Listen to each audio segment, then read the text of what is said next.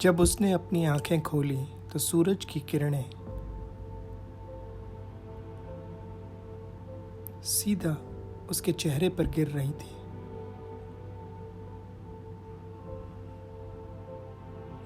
और उसकी पीड़ा समाप्त सी हो गई थी।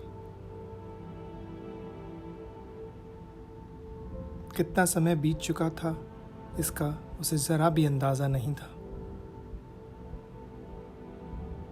वो उठा, स्टील के पतीले में 2 गिलास पानी डाला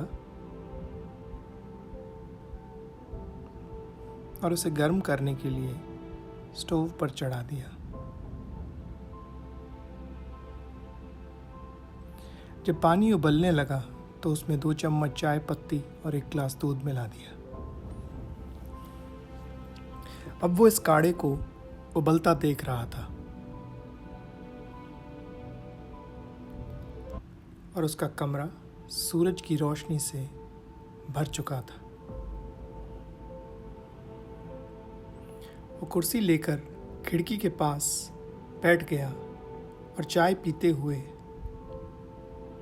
दूर की पर्वतमाला को विरत सा ताकने लगा।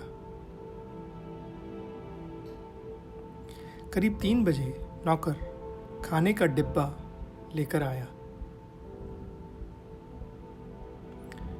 उसके बाल और दाढ़ी सफ़ेद, गाल पिचके से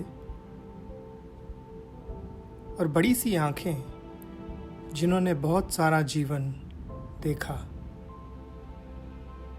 पर फिर भी उलझन में भरी थी।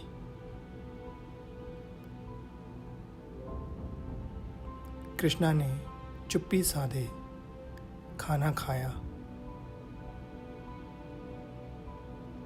और शरीर में शक्ति पुण्य लौटने का एहसास हुआ। कल की पीड़ा जो किसी अप्रिय और अनामंत्रित मेहमान की तरह आई, वो अनायास ही चली गई। उसे रहस्यमयी सी लग रही थी। आखिर ऐसा क्यों हुआ? क्या ये उस आध्यात्मिक विचार विमर्श के कारण हुआ जो कि उसने मधुशाला पे किया था?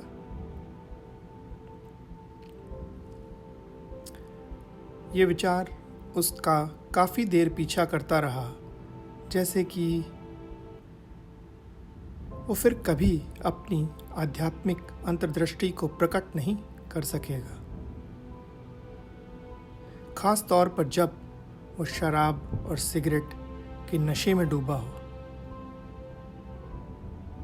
अब हर बार उसका शरीर पीड़ा झेलेगा।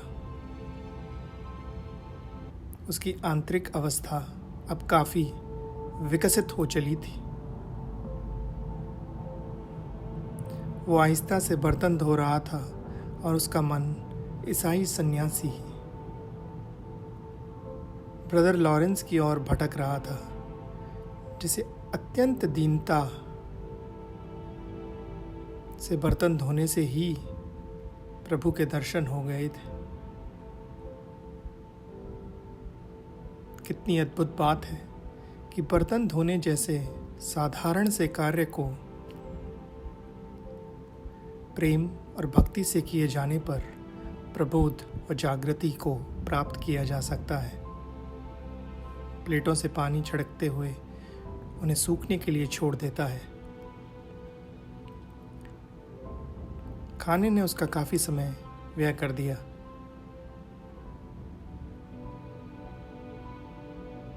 और वो नहाकर जब बाहर आया तो देखता है कि उसका कमरा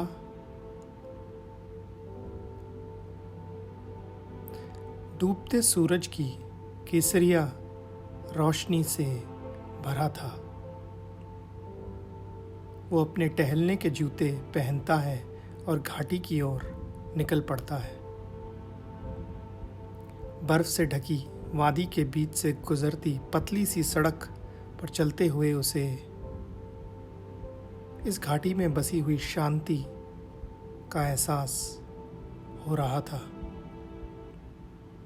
घाटी के दोनों ओर चीड़ के पेड़ कतारबंद खड़े थे। सड़क के साथ साथ एक स्वच्छ पानी की धारा बह रही थी, जो कि पत्थरों पर अटखेलियां कर रही थी। उसके विचार पिछले 5 साल की घटनाओं की ओर भटक रहे थे। इतना ही समय हुआ था उसे पहाड़ों में आए। अनगिनत पल बीत गए थे पढ़ते लिखते, रातों को शराब और सिगरेट पीते वो कभी कभार संभोग करते, परहेज और अवलोकन के लंबे दौर। उसके पैरों के तले कंकरों का कुचलना व चेहरे पर ताज़ा हवा का स्पर्श। इसी समय वो सोच रहा था कि वो क्या कुछ जानता है, क्या कुछ उसका है। वो अपने अनुभवों में किन किन को संजोए फिर रहा है। उसे असाधारण सा खालीपन, सूनापन महसूस हो रहा था। ऐसा लग रहा था जैसे जो कुछ जीवन में संचय किया था, संजोया था, वो सब बह सा गया है। बाकी बची है तो केवल आत्मा, एक सौम्य सी शक्ति जो कि अपनी यात्रा पर निकली हुई है। एक ग्रामीण की कुटिया के पास से गुजरते हुए उसे कुछ दबी हुई आवाज़ें सुनाई दे रही थी। मिट्टी के चूल्हों की खटकन और महिलाएं भोजन पका रही थी।